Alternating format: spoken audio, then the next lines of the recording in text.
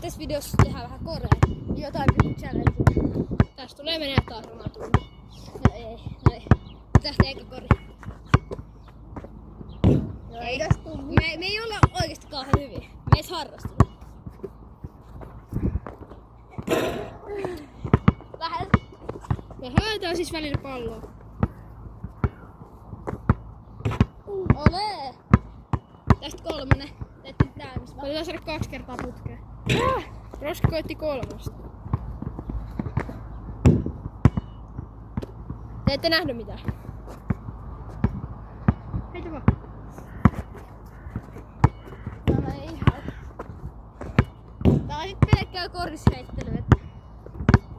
3. Ei jaksettu tehdä uutta kanavaa. Vitsi. Ei pystynyt aloittaa uutta kanavaa, niin meidän pitää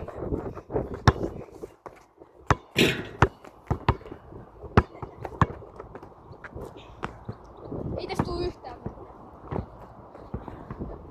Joo.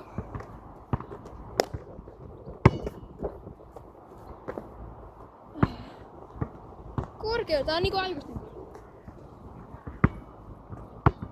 Tää on aikuisten korjetta. Joo, ei. Käytiin just ostaa uudet pallot, samanlaista. Tää on 3. pallo. 3. pallo, meillä on tämmönen ihan aikuisten pallo. En mä saa yhtään korjaa. Mäkään. Ei tarvii hakea niin paljon palloa enää. No nyt jossain tuossa vaikka. Ei kai tosta tuu copyright, jos meillä näkyy NBA-logo. Ei kai. Ei. Itse ei meillä ole musiikkeja. Ei meillä ole mainoksia tässä. Ei se haittaa. Ei me mainosteta näitä palloja, mutta nää on ihan hyviä nää.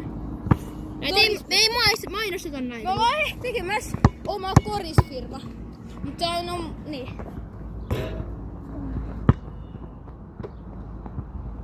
Semmonen koripallo second handi. Eli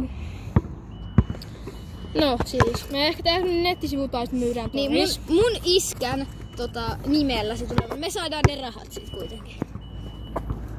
Koska emme voida vielä omaa firmaa.